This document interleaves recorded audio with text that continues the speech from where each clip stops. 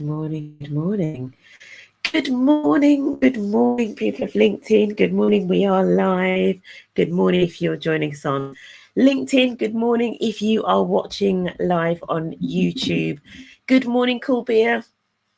Good morning, Cheryl. Very lovely to see you.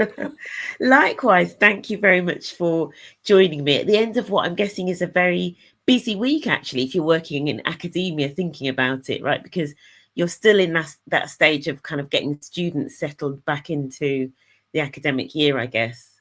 Yes, so start of new term, but I think we're well into it now. And from what Yeah. I can see, the staff at Warwick have been doing a fantastic job welcoming all of our new students. And so it's a very Yes. exciting time of term, I think.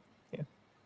Amazing. And just for anybody that's watching, just tell us a little bit, maybe just before we get into today's topic about Warwick Uni. For anybody that hasn't heard of Warwick Uni, which is really one of the best unis, not only in the country, in the world, I want to say. And so just tell us a little bit about sort of the profile of the students and where the focus tends to be, because that will probably help to set some of the context for this morning's conversation.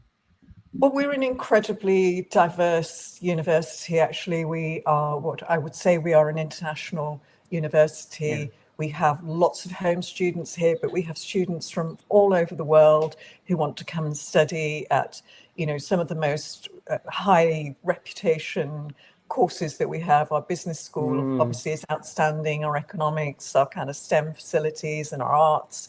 So there's a whole kind of array of things for our students to be able to come and learn about, to be researching on. And we are a research intensive university as well. So there's always lots of exciting things happening on campus. But we've got about 30,000 students. We've got between 7,000 and 8,000 staff. So it is like a little town, actually. Yeah. So university, and there's Yeah. always a lot going on. Amazing. Gosh, that's a lot.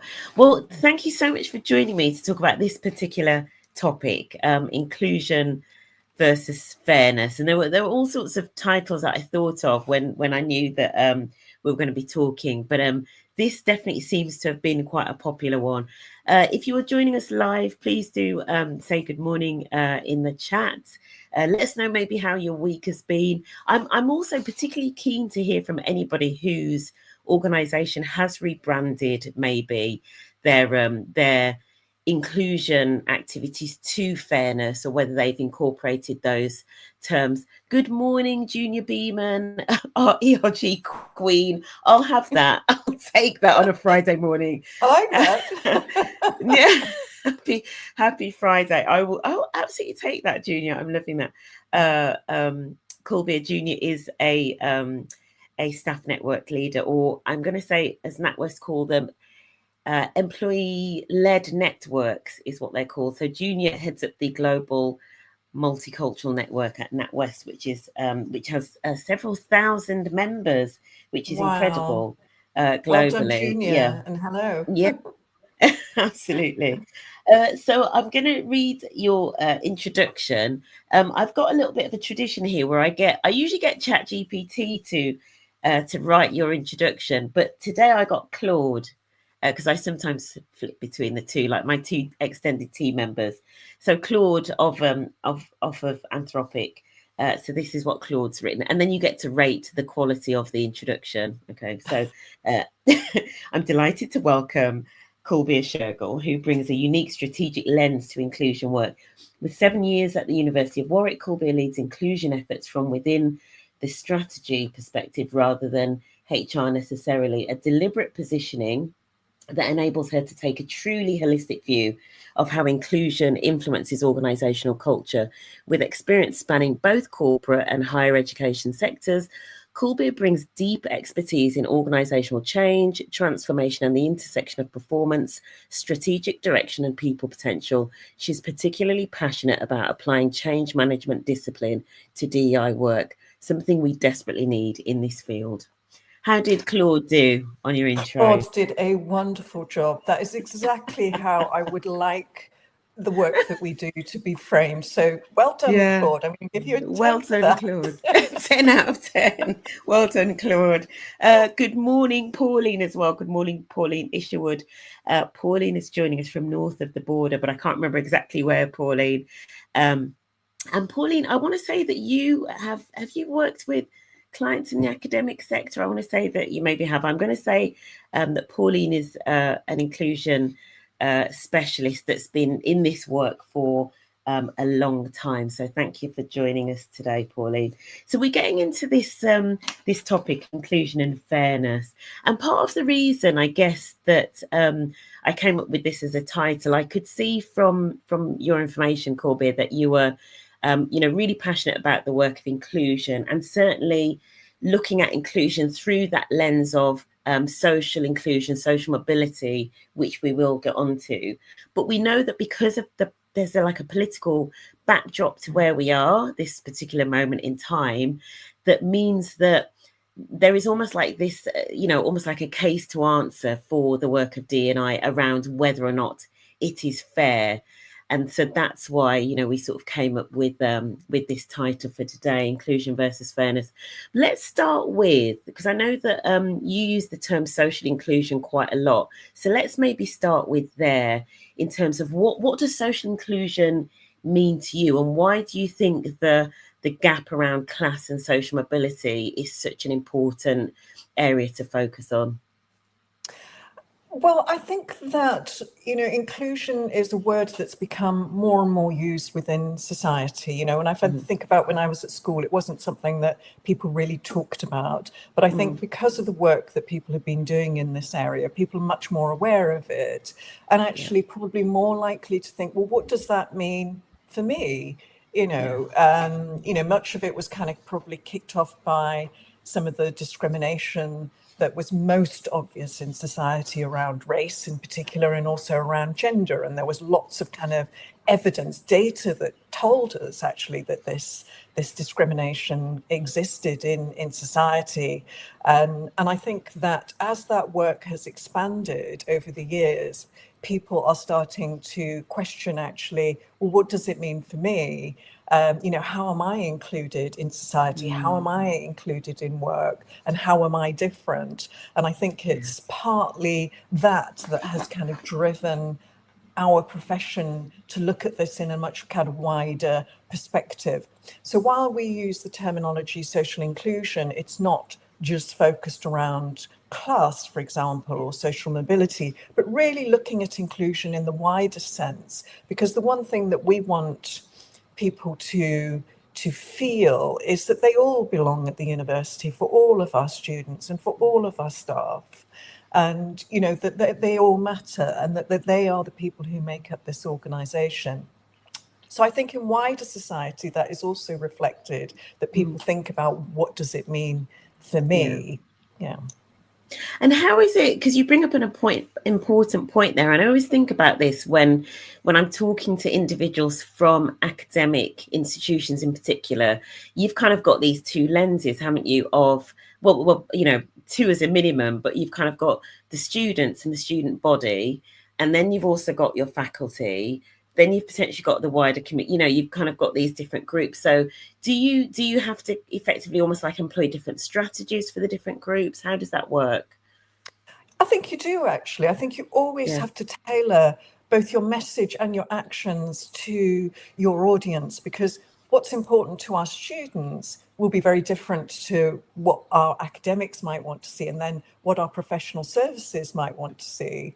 And so, yes, you do. I think you need to kind of really have that in mind when you're designing. And I think being able to kind of run things like focus groups with different groups gives you that kind of lens, or doing survey work, but really that kind of engagement and co-creation. And I think co-creation is something that's very important, particularly in the academic world, I think, and for our students, that they feel like they're part and want to be part of the design and the solution, and not just that something has been given to them and that's how it has to be. But I think that works in the world of work, in a corporate, or, any other kind of organization or company, where people want to feel that it is about them. And we're not going to be able to get it right for everybody all at the same time. There do have to be compromises. And so there's, you also need to think about how you deliver some of those messages as well, in terms of what you can practically do and not do. Yeah.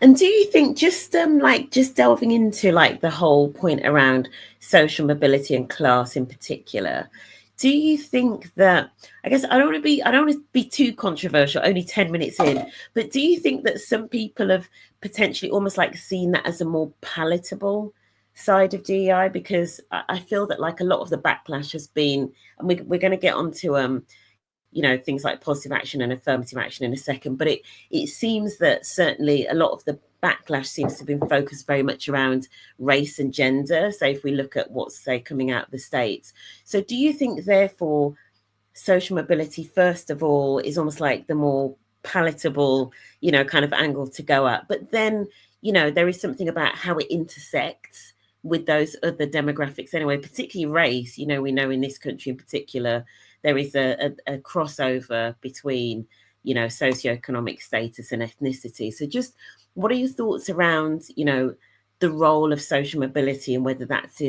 increased in terms of its profile within DI work, especially given that it's not technically one of the protected characteristics? Just want to get your thoughts on that.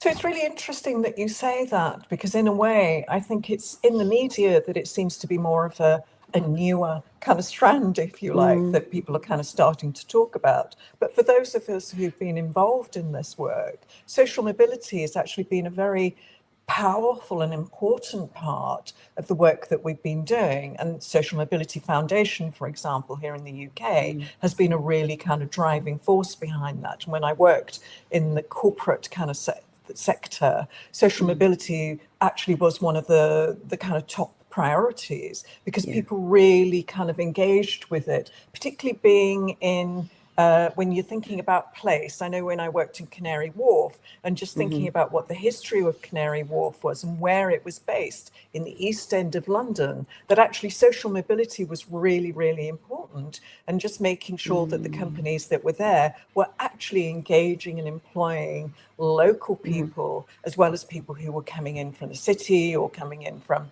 elsewhere in the country. So it's not a new thing for people who are involved in this work at all. And social mobility in the academic sector has been incredibly important kind of driving force. And we have a whole team that works on social mobility for our students. We have a number of bursaries, so we have scholarships for students who come from lower socioeconomic backgrounds, so that we can really support that change. And we all know how important education is as a gateway to actually having that mobility, to getting into the professions that perhaps always felt like there was a brick wall there and people just couldn't get through. So social mobility, I think, has always been important. I don't think it's that new. I think where we're seeing more of it, perhaps in the media, is where it's being weaponized. Because I think and we can look back in history at times when we have political and economic disruption, hardships, difficulties, it's very easy then to kind of play on the fact that some people are getting more than others. That's what it kind of looks and feels like. That's the message, isn't it? It's saying, women and ethnic minorities are getting more than, working class people, for example.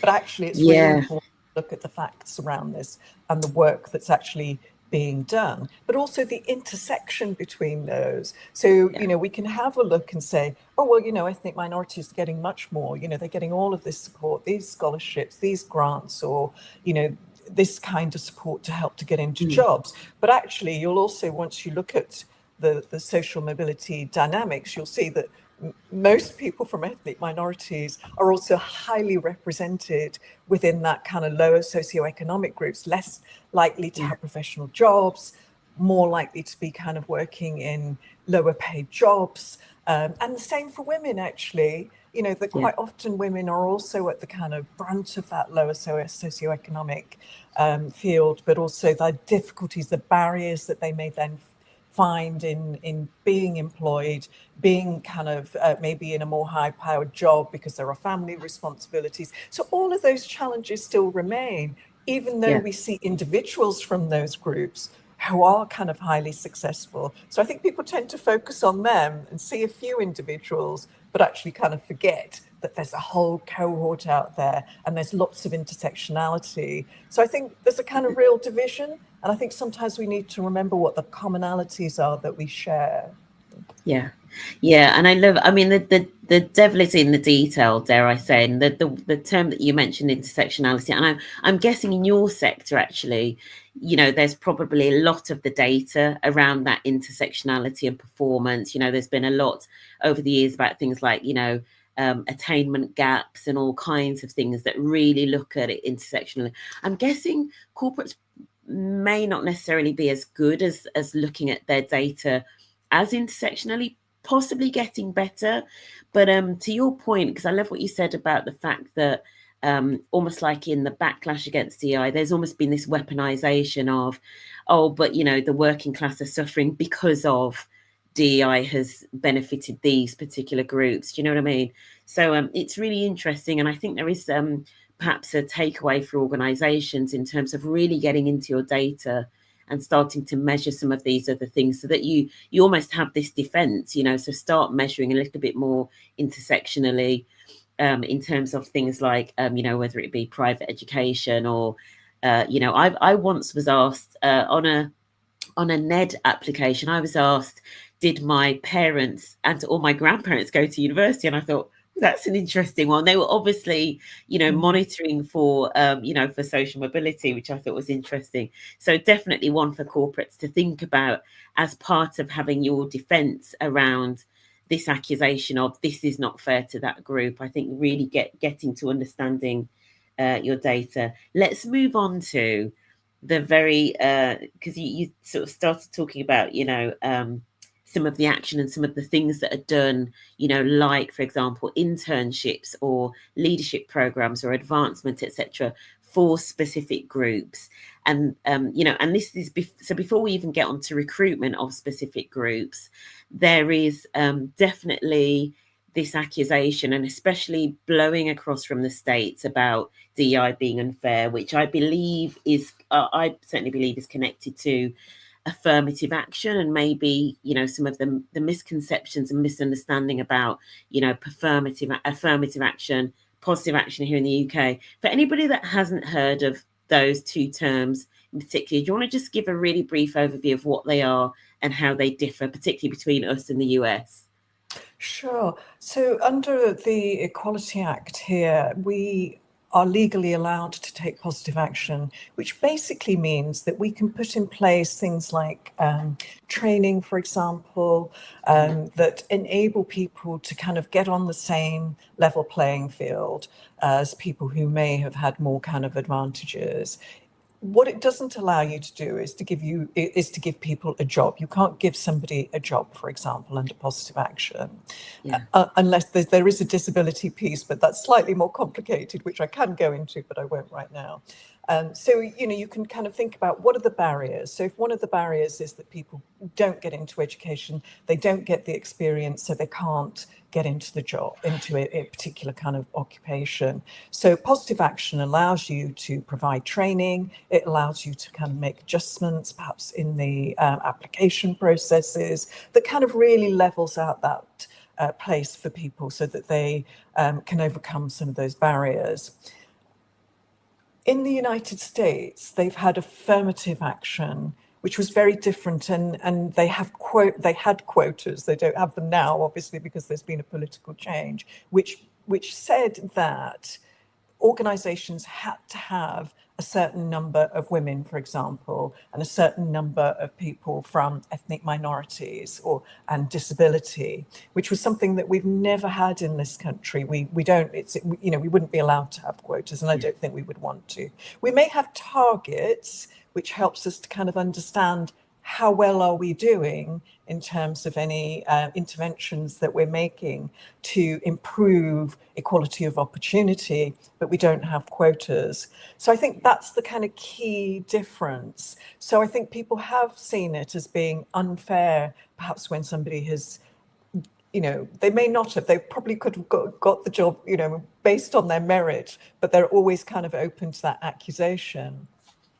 I think, if I may just say, the other thing that quite often goes wrong in positive action interventions is that people don't understand what they're about. So that can create a very difficult journey for the people who might be benefiting from that, because people around them don't understand. They don't understand that actually they're there because they're perfectly capable of doing this. They've got the right competencies. They just haven't had the right opportunities. They haven't been networked into the right places. They don't know the right people. They may not have had the opportunity to get the right qualification. But actually, the interventions help us to kind of network sometimes. They help us to kind of get the right qualifications. And it's not because you can't do it, but there are these other social, cultural, economic barriers that stop us kind of getting there in the first place. And I think if people don't understand that, then they can feel resentful. Yeah, absolutely. And it goes back to this, when there is, for example, the allegation that something is unfair, that something that is being done in the name of inclusion is unfair. And we've got a number of network leads on this morning. And obviously networks sometimes propose development programs, or they, have campaigns and support to kind of, garner more applications, etc. But it's being really clear with the messaging around, why it's been done. And I love something you said, which was leveling the playing field. It's about leveling the playing field so that actually everybody does have an advantage and are able to take advantage of the opportunities that are there, whether it's in terms of coming into the firm or progressing up within an organisation. So yeah, the messaging around it is really important, isn't it, to help with this perception of unfairness. Yeah, so if I may just say, Sharon, I think that's the kind of, quite often when people think of fairness, they think that it's about everybody you all do the same thing. Everybody does the same thing for you. Therefore, that's fair. But unfortunately, the same thing doesn't work for everybody, because we're all different. And therefore, some of us need to have things that are done differently. And that's sometimes where the kind of perception of unfairness can come in. But actually, inclusion is about understanding people on a more individual level and thinking we can't do the same thing for everybody because it doesn't work for everyone. Exactly.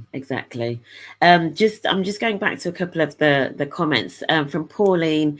This is very cool, as both of you are right. It does feel new in the corporate world. I think this is about social mobility, but listening to Kulbir, it's been around for years. It has, and actually, as Kulbir, as you were answering that question, I was reminded of, I believe it was the TUC, but I can't remember what year. They actually were campaigning for class to be added as a 10th protected characteristics, but I cannot remember what year. If anybody wants to find it and drop it in the comments, you can do. But certainly the TUC for a while have been saying it should be added as a protected characteristic. I don't know whether there's been a drive actually to kind of add that.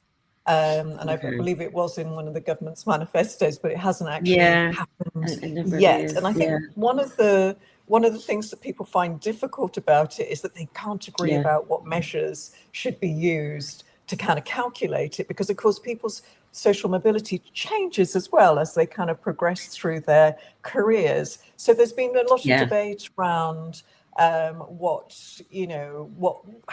do you kind of measure social mobility in a way that, how do we measure social value, for example, which has been argued with over many years. I'm just looking at juniors. I know, and there's a whole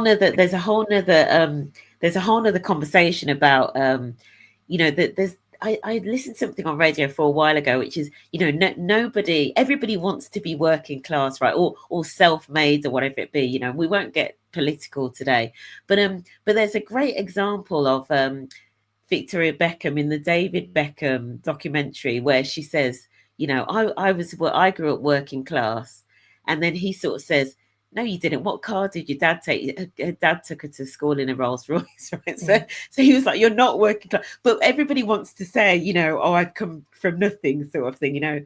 So it's really interesting, you know, your point around the definition. Junior, I think during one round of redundancies over the past 18 months, a colleague said to me, well, they won't let you go. You tick too many boxes. Or maybe I'm just good at my job. I'm sure Junior's toned that down for LinkedIn as well. Thank you, Junior. Aghast. And this is the risk, isn't it, around things like quotas, for example, as you mentioned, and just sometimes this perception of the unfairness, or the perception that, you know, as I was in a session with Gary Young this week, and one of the things that he was saying was people assume it's a meritocracy, you know, unless you tick a box. So unless, you know, as soon as you're a brown person, they assume you're a DEI hire. Whereas before, you know, for other people, they just assume it's a meritocracy. So that is the danger with things like quotas, isn't it? And the poor messaging around this whole area. Absolutely. And actually, again, it's kind of going back to what does the evidence actually tell us? And actually, the evidence tells us that it's more likely to be people from minority groups. It's more likely to be women who are actually likely, you know, to be in the redundancy pile. But actually, this is where it's really important that when organizations are carrying out structures, that we do things like equality impact assessments to really understand, you know, where that's falling, and that actually that process is fair, and it is about what the organization kind of needs to happen. But Absolutely. it's not great place, you know, for people like Junior to have those comments kind of made to you, because that is so undermining. You know, people are really not thinking about the impact of, or the implications of what they're actually saying, you know, which is, are you competent at this job or not?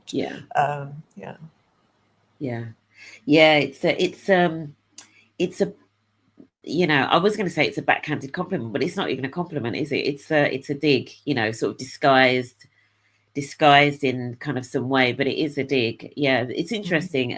What would you say in response to something like that, Kulbir? Just you know, what do you say? Well, I mean, I think I would kind of give them some of the kind of evidence actually, and how things are actually carried out in organizations in terms of looking at structures, how those decisions are actually made. You know, and I think this is where our kind of processes, we need kind of clarity around our processes, and being able to show how those decisions have actually been made. I mean, we shouldn't have to be proving that you know, I am not the person who's been made redundant not because of my color or my gender, but actually because my job is essential to the organization and I'm really good at doing it. You know, we shouldn't have to, but I mean, I think this is where all of our interventions have to be evidence driven all the time. I think, you know, and that can become very tiring, that actually this doesn't become more, you know, people don't accept it. They don't kind of see that there's evidence around why we're doing this work,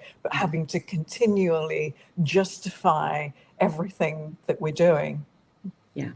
I mean, you mentioned equality impact assessments, which for anybody that hasn't heard of that, because I do think that there are some tools out there that are really good for supporting this sort of work, you know, things like, you know, pay audits and inclusion monitoring and key conversations. But for anybody that hasn't heard of the equality impact assessment, just explain what that is for people that haven't heard of it. So the equality impact assessments were introduced by the Equality Act, and it's basically like an audit, if you like. So if you're developing a new policy or a project, it's really asking you some reflexive questions. It says, you know, be a bit reflective about this. What is the impact of this on any particular groups? And it focuses on protected characteristics, because we know that there's been, you know, there's evidence, historical kind of discrimination faced by particular groups. But actually, I think within our profession, we tend to use it in a much wider sense of actually, is this going to have a negative impact on any particular groups? Or is it going to have a positive impact on some particular groups as well? So it's really, it's almost like a risk assessment. What are the positives and negatives of this policy or this project? And if there are negative impacts, are there things that we need to do that would mitigate those risks, for example? And that's what an equality impact assessment is about. It's good project management. It's the kind of thing that you would do anyway, but it's having an inclusion lens on it. Yeah.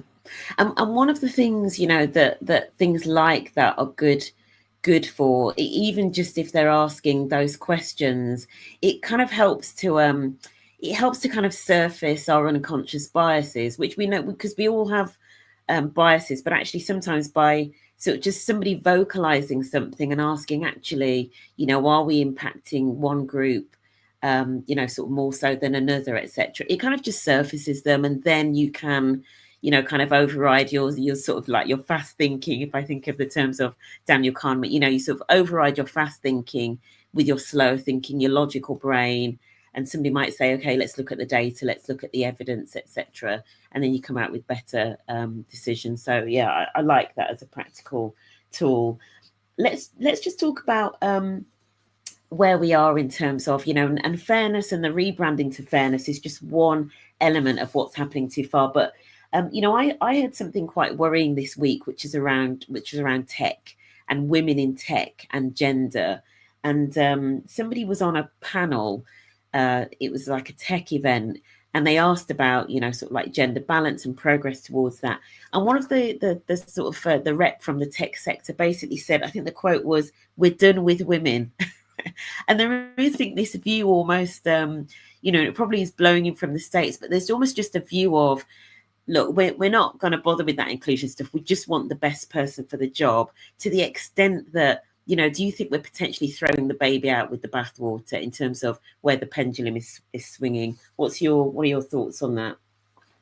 I agree. I mean, we've had some incredibly powerful people in the world who have a huge platform to be able to vocalize some of this. And actually, Mark Zuckerberg said pretty much that in terms of the work that's been going on in Meta and Facebook, etc. That actually they'd kind of done with all of that. They didn't want. I think he said something like that they needed more masculinity in the office or something. I Yeah, can't remember. more masculine energy.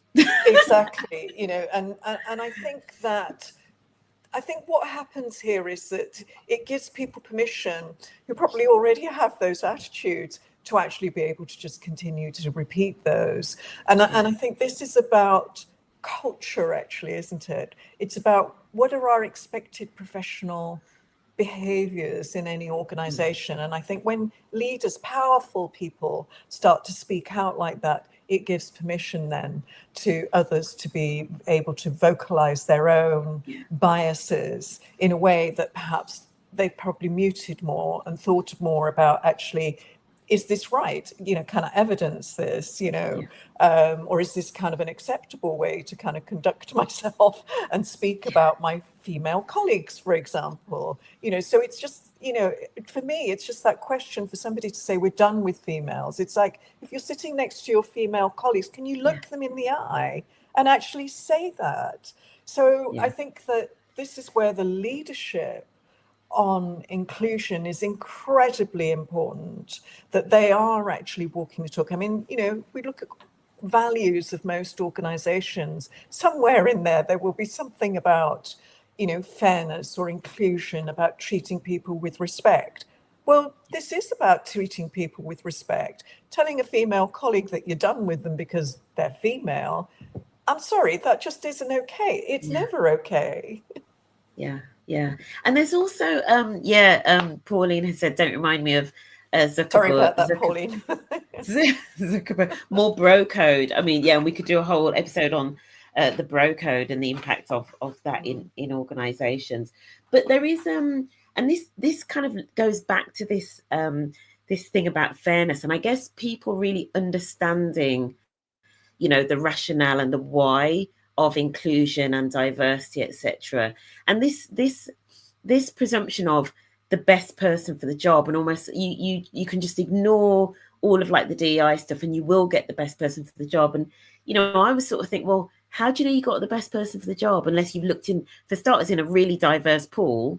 And then, you know, back to some of the things you were saying at the start, Kulbir, unless you've, you know, given all of those individuals access to be able to take advantage of those opportunities, so that you are getting the richness of experience into your organization. You know, there's something about when that term, the best person for the job, is used, it's actually often been through a very narrow lens, looking at a very small pool, and yet there is an assumption it was the best person for the job.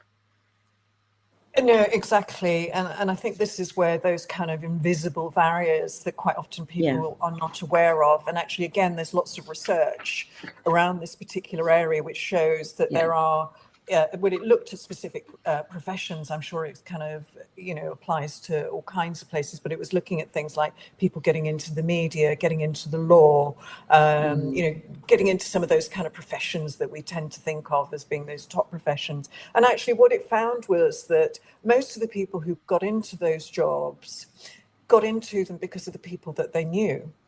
And that's how it works. It's all about who you know and the kind of networking. I think one person actually described it as that they felt like they'd always had this kind of invisible wind behind them through their career, almost Mm, didn't know how they'd kind of landed all these jobs.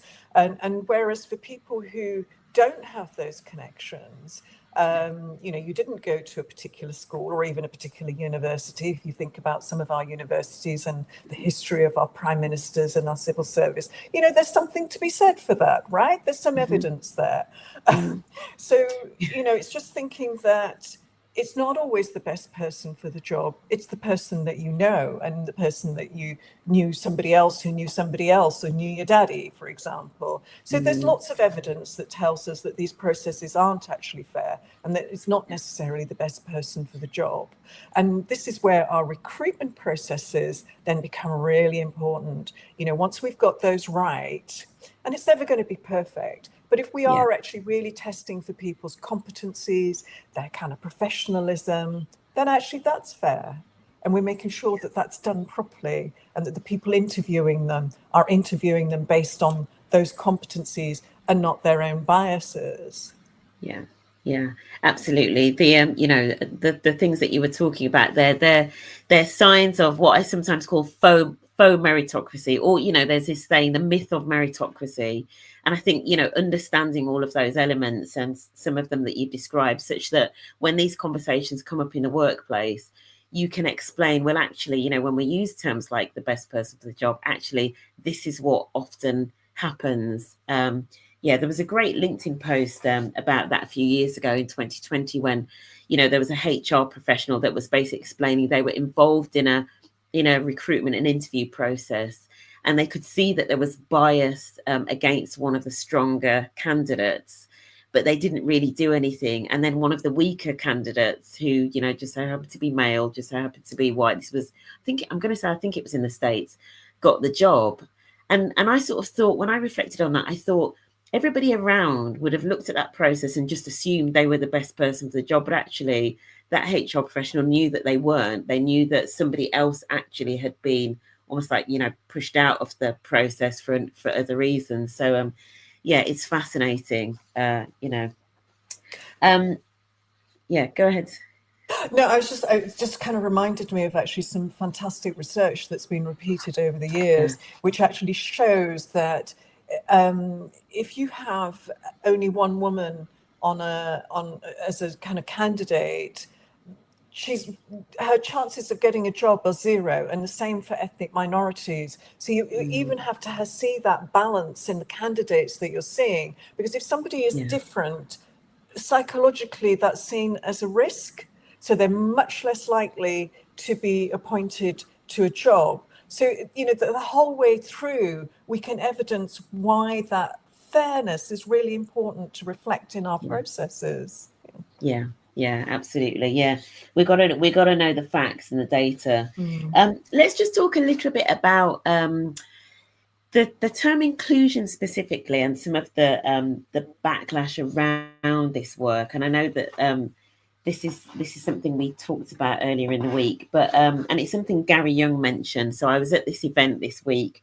Gary Young talked about the fact that sometimes this work, this world that we're in of inclusion, sometimes loses credibility because people get, cancelled for, for example, for saying the wrong thing, or and that's potentially before we've even gotten into, well, what was their motivation, what was their intent. What are your thoughts around that, and how much of a of an influence do you think that's had on this work? And is there anything that we need to do differently? I think that there's probably been a huge influence of cancel culture, perhaps who are people who are very passionate about a particular subject and the way that they want it to be kind of talked about. I think for people who are outside of that, it can be a very confusing world. There's lots of terminology here that people don't necessarily always kind of understand. And I think that it's when diversity and inclusion work is done badly, and that happens. And, we need to make sure that we are very clear about what we're doing, but actually that we are inclusive in the work that we're doing, that we are listening to people. So when people feel that it's a difficult subject to navigate, we need to be able to kind of talk to them, understand what their fears are. I've had so many people say to me, this is important, I get it, but I don't get involved in it because I'm really worried about getting it wrong.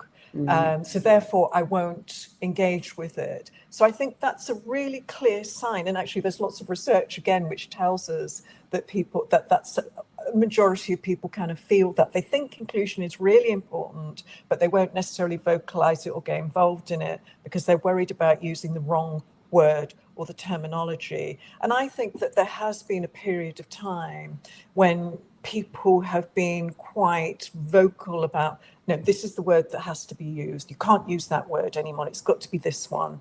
And you can't get it wrong because, there will be a backlash and I'm going to call you out on it. Yes, words change, language changes. I remember in my very early days in my career here, I was doing this kind of survey around housing, and I rang up and I had to ring people up. And I remember ringing this kind of, there were older people that I was talking to who was, she was probably of Caribbean origin, just looking at her kind of history. And the terminology that everybody used was black. And that's the terminology but that really upset her. She said, don't call me that, but that's her right. It doesn't matter what I think should be the terminology or not. So terminology changes. I think there's also been this kind of real calling out to people if you get it wrong. I've been in a meeting where we were talking about terminology and I actually said, well, look, it's okay if people get it wrong. Inclusion is a learning process. It's a learning process for me. I learn something new every day. There is so much here under this kind of umbrella. But, I've actually had somebody walk out on me because I'd said that, and I think that's intolerant as well. There's got to be kind of give and take. So I think, we need to understand how we're engaging people in this subject area and making them feel part of it. That's part of our role as well. But also for those people who are passionate about it and do it as a kind of side job, they also have a responsibility here. Yeah, and the word that you said there that kind of made my ears prick up was the intolerance. I think there's a level of intolerance sometimes within this work. And terminology. I mean, we work in the field. Like I work in the field. Even I can't keep up with because often some of the terminology is like springing out of social media. It's not even necessarily coming out of data or research or anything. It's just somebody on Instagram's decided that such and such a term isn't the best and we should now use something else. And and if you're not up with that, all of a sudden you're offending somebody. I don't know whether this person is listening, but I had a text message last Friday. I had my AirPods in. I was in the supermarket, and when my texts come through, Siri, reads out my messages. And so I had a text, and this person said, could I ask you a question? What are your thoughts on the term black and brown people? And this is what Siri read out to me. And I was just in stitches in the supermarket. I mean, I personally don't have an issue with that at all. But you're absolutely right. Sometimes some individuals, especially, within when it comes to ethnicity. So when it comes to ethnicity, disability, neurodivergence, LGBTQI plus, all of those particular areas can be very tricky. And, some people will be like, well, I'm okay with that term. I really don't like that term, etc. So it's interesting. Hardev has said here, great conversations. I think the word inclusion has evolved over time, and one phrase which stands out is cultural competency, understanding cultures and being curious of diversity and differences. I love that. Hardev is actually one of the few men's network leads here in the UK as well. We need more of those, Hardev, don't we? More men's networks. To your point, Kulbir, around inclusion, right? This work can include everyone, so we can have men's networks. Point here from Richard. Good morning, Richard. In pick on terminology a way of discriminating? Do you mean that if we pick on terminology, is that a way of discriminating? I think that's maybe the question. I certainly think that, I don't know what your thoughts are, Kulbir, around this whole thing about how we treat people when it comes to terminology, etc. There's a couple of ways of potentially looking at that, Richard. But I think there definitely can be. I sometimes refer to DEI sometimes as, you sometimes get people are like the morality police and the judge and the jury and the executioner also potentially in this work.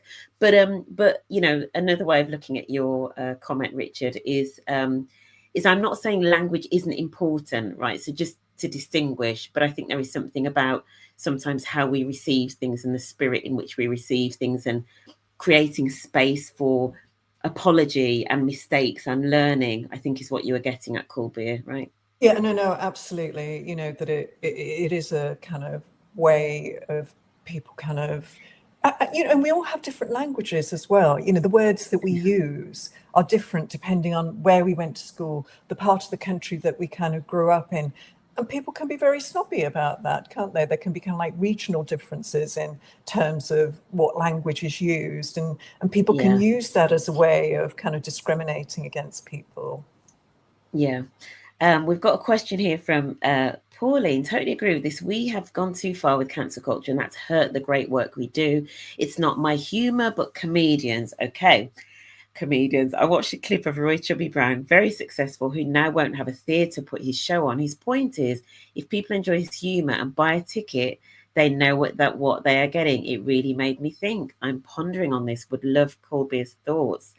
What are your thoughts on comedians, Kulbir? Well, this is a very kind of relevant topic for us right now, particularly working in higher education, where we've had the freedom of speech kind of legislation which has come into play. So as far as that is concerned, people can say what they like unless it's illegal, and when we say it's illegal, it's the legal definition of what harassment might actually mean, and that's about being intimidating or creating a hostile environment, etc. But people are entitled to whatever their views are.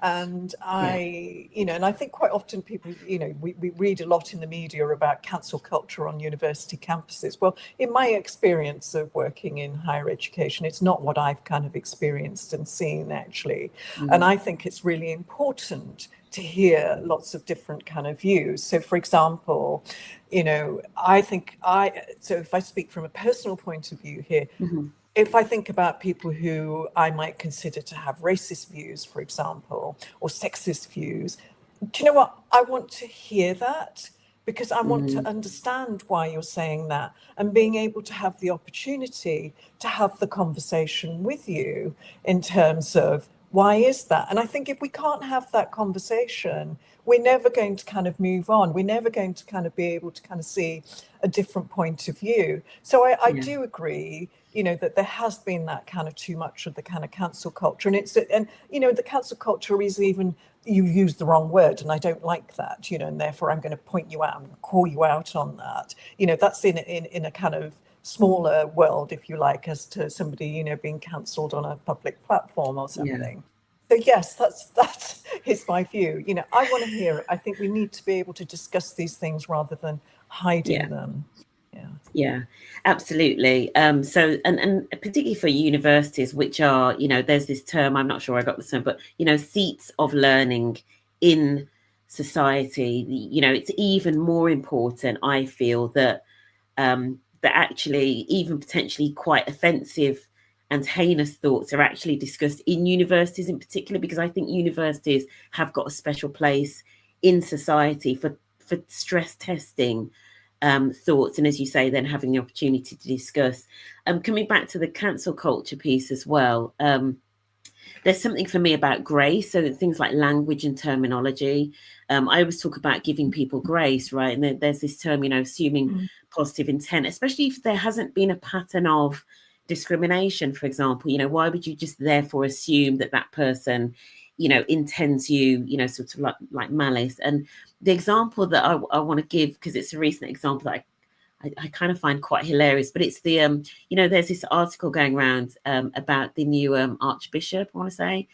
There's an article which was woman named as the first and this whole article's written, but the woman is not actually named, in terms of her name's not put in the article. I just found it hilarious. Like, I just thought, I think this journalist is then getting a really hard time. But I just saw it as, back in the day when you used to have like a program that used to show like funny headlines or funny signs. I'm convinced that journalist did not intentionally leave that woman's name out. So, I mean, some people would say, well, maybe there still was an element of bias, etc. Because I think he goes on to like name her husband, but she does not get named in this. But I just found it hilarious. But maybe that's just well, it is kind of funny. But actually, here is a learning. Here is a learning kind of possibility for somebody, and as I said earlier, I think inclusion is a learning process. We learn these things, and we're going to make mistakes, and there's such the human thing about forgiveness, and I think this is what I really kind of observe in a lot of the kind of media toing and froing, what you see on social media, the way people interact. There is no forgiveness, there is no understanding, and there is no listening. Yeah, exactly. Morning, Chris. Thank you for your comment. I'm going to read this through. I don't know how much, Kulbir, you will be able to comment on this specifically, but I find this an interesting conversation. As a recent victim of the mandatory academic staff contract changes at COF Uni, I'm not so familiar with that in the sector, but I'm sure Kulbir may well be. Fairness didn't seem to factor. Many international colleagues on visas were put through the ringer for more than 6 months, and the outcome wasn't necessarily the best person for the job. It's a case of resistance is futile. Kulbir potentially may or may not be able to comment on the specifics of that, but we did talk about the equality impact assessment, which I think perhaps talks to a situation like this quite well. But then there's the question here: how do you ensure that there is a fair process in a challenging commercial environment? Which I think is a really valid question, Chris. And thank you for sharing your experiences as well with us today. Morning, Chris. I mean, obviously, I can't comment on the Coventry situation. I, wouldn't be able to do that. But I think this is where having the processes in place that are very transparent and being able to kind of evidence what you're doing, and also carrying out equality impact assessments. So, I mean, just taking, if there was going to be an adverse effect, for example, on here, you point out kind of international colleagues, we need to understand why is there something about the new requirements that are just going to count these people out. So this is where a risk assessment needs to be done to understand, is this a fair process for everybody? And actually, is this likely to have an adverse effect on particular groups? And what is it that we can do as a result of that? And I think any companies who are going through this process need to be able to think about that before they start such a process, and then being able to report on it afterwards to say, well, this is what the impact's actually been, and what do we learn from this? Yeah, absolutely. No, I think that's a brilliant response, and hopefully, if anybody's thinking about any of the specific takeaways, that equality impact assessment and what that looks like, what good looks like when that's done, I think is definitely something to look into. The other thing that I'm aware of is, I know some organisations have a role that they call like an inclusion monitor. In some organisations that may now be called a fairness monitor or an equality impact assessment monitor, whatever it be. But having somebody in those meetings that, as you're saying, Kulbir, is raising these sorts of points. So it literally is their role in these meetings to raise points and make sure that, that the meetings are objective and not subjective. I think it needs to be built into the process. So one of the things we've done at Warwick is that if you're presenting a policy or a project, equality impact assessment is part of that. It's a standard. Yeah, Yeah, absolutely. Just before we finish off today, one of the things that you mentioned, passion, and we've got some, network leads on this call, and we know that passion is often what drives people, not just necessarily the people that get involved in networks, but also the individuals that get involved in this work in particular. Potentially sometimes at the expense of professional expertise. So just talk to us about, your thoughts around how we can make sure that we get the balance right in terms of passion and professional expertise and professionalism within within this discipline.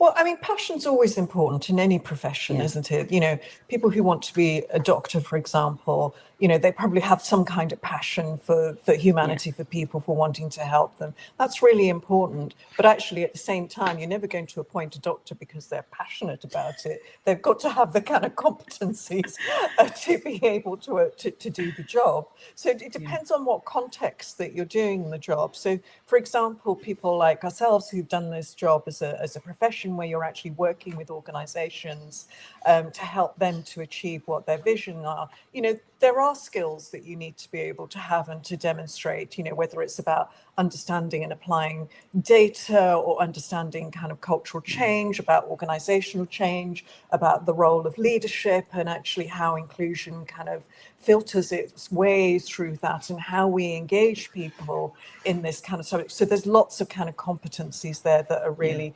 important. But if you're working perhaps as, as part of an employee network, or this is something that you're kind of really passionate about, then what you're doing is you're bringing a kind of lived experience as well. I mean, that's what I've quite often found when I've worked with him, and I've worked with some fantastic employee engagement groups in my profession actually over the years, who've just been a really valuable part of kind of being able to shape what we're doing, how we're doing it, and kind of giving that feedback in terms of what's working and what isn't working. So I think the passion has a role, but when you're thinking about it as a profession, there has got to be kind of competencies and experience that's actually going to help you to kind of do this work successfully. And then there's the kind of lived experience piece, which also has an important role, but a very different role. I mean, when people ask me about going to, I want to apply for this job, and I say, don't tell me about your passion, tell me about your expertise.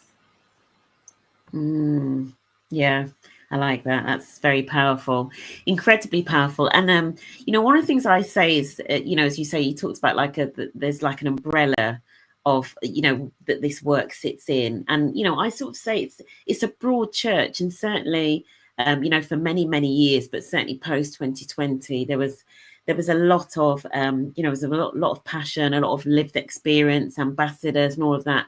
And I guess, as you say, that is part of it, and there absolutely is space for that. But then there are also these capabilities and competencies, like, you sort of mentioned, we talked about change management, analytical, so understanding data and evidence, organizational psychology, the behavioral change of individual, all of these things. And certainly from what I've seen, it really helps when DEI practitioners, so talking about the professionals, have at least, kind of like a niche, or they're an expert in one of those kind of tools as well as just the lived experience, if that makes sense. Unless their role is literally just to go around organizations talking about their lived experience, which, there's nothing wrong with that. But in terms of, if you want to do this work within an organization to embed it, you kind of have to have some tools in your toolkit, right? You can't only have your lived experience. Absolutely, yeah. I mean, I know many colleagues who kind of work in this field come from an HR perspective, and you can completely understand why that might be, because a lot of this is about kind of people operations, but actually increasingly, and actually in most of my roles, nearly every single role that I've had in different organizations has always had more of a strategic aspect to it. It's not being part of an HR team, but that gives it a very different flavor, and I think also gives it some advantages in terms of how it's embedded, because people teams or HR teams tend to be perceived in a certain way. I mean, you Yeah. can't help it. It's like finance teams are observed in a certain way. And I think actually Yeah. for this work, we need to be in a more of a neutral space and be able to stand back from people, processes, and other process teams, etc., and Yeah. really to be that critical friend across the Yeah. organization, because we're never going to be able to do that whole job. There's too much. Yeah. We're there as a critical friend. We're there to kind of advise people, to counsel people, and to help the organization develop interventions as and where it needs to. Yeah. Do you know, that term critical friend I've heard a lot because my background is finance. I've never heard it referred to DI, but I really love it. Critical friend. I really like it. Yeah, I'm gonna take that. I will credit you. Just before we finish, and I can't believe how long this conversation has gone on. What's one thing that you want to leave people with around this conversation? You know, the sorts of people that are getting challenges around whether or not this work is fair. What's maybe the one thing that you want them to take away from this conversation?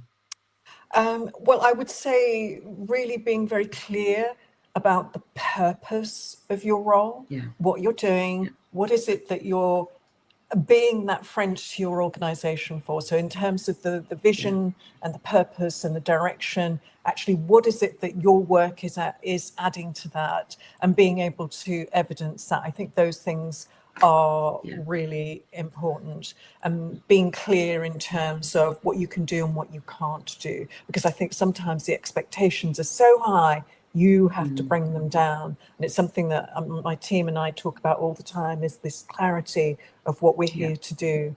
And so that people don't think, oh, they don't do anything, because sometimes this work feels very invisible as well.